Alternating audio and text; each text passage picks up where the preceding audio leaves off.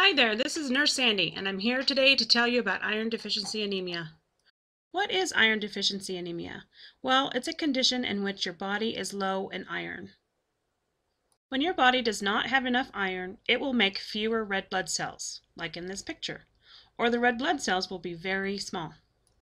Anemia caused by an inadequate supply of dietary iron is the most prevalent nutritional disorder in the United States and the most common mineral disturbance. Some of you might be familiar with the Women's, Infants, and Children program called WIC. This program provides iron-fortified formula for the first year of life and routine screening of hemoglobin levels during early childhood. This program has done a lot to decrease the prevalence of iron deficiency anemia. During the last trimester of pregnancy, iron is transferred from mother to fetus. Most of the iron is stored in the circulating erythrocytes of the fetus, with the remainder stored in the fetal liver, spleen, and bone marrow.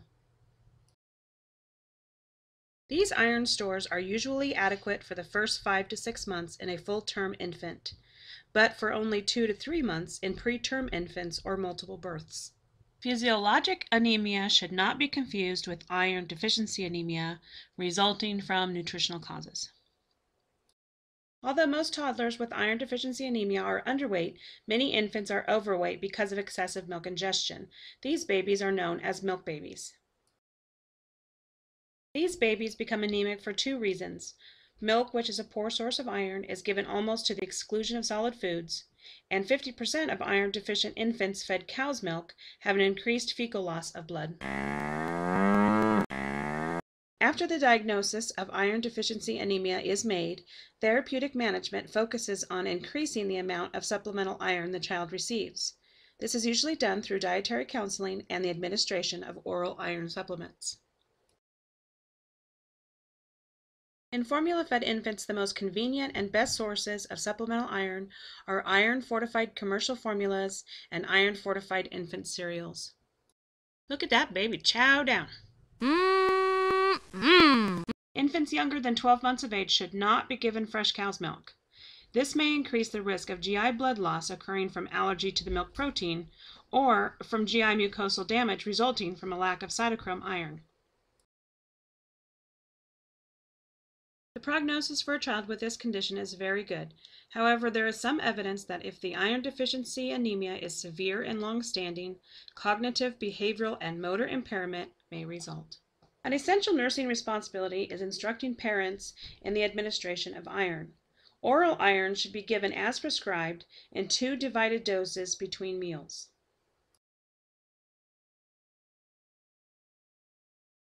It is given between meals because that is when the presence of free hydraulic acid is greatest, since more iron is absorbed in the acidic environment of the upper GI tract. A citrus fruit or juice taken with the medication aids in absorption. You can tell your parents this.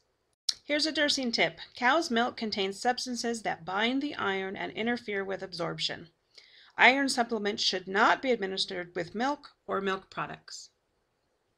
An adequate dosage of iron will turn stools a tarry green color. You might want to educate your parents about this so they don't faint if they see this and think it's wrong. Educate your parents that it's actually a good sign, because the absence of this greenish-black stool may be a clue to poor administration of the iron, either in schedule or in dosage.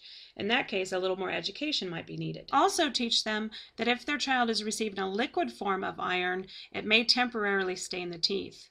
If possible, the medication should be taken through a straw or given through a syringe or medicine dropper placed towards the back of the mouth. Brushing the teeth after administration of the drug also lessens the discoloration. Okay, let's go over the nursing objectives and then we're all done.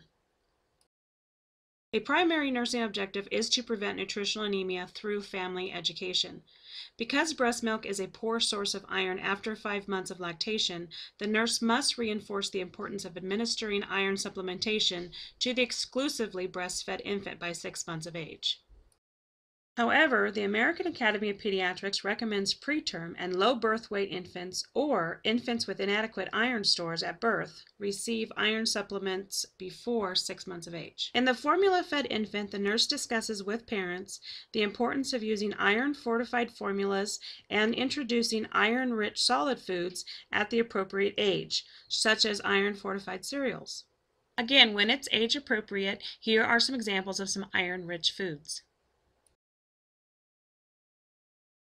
One thing I wanted to talk about that we didn't mention before was adolescents.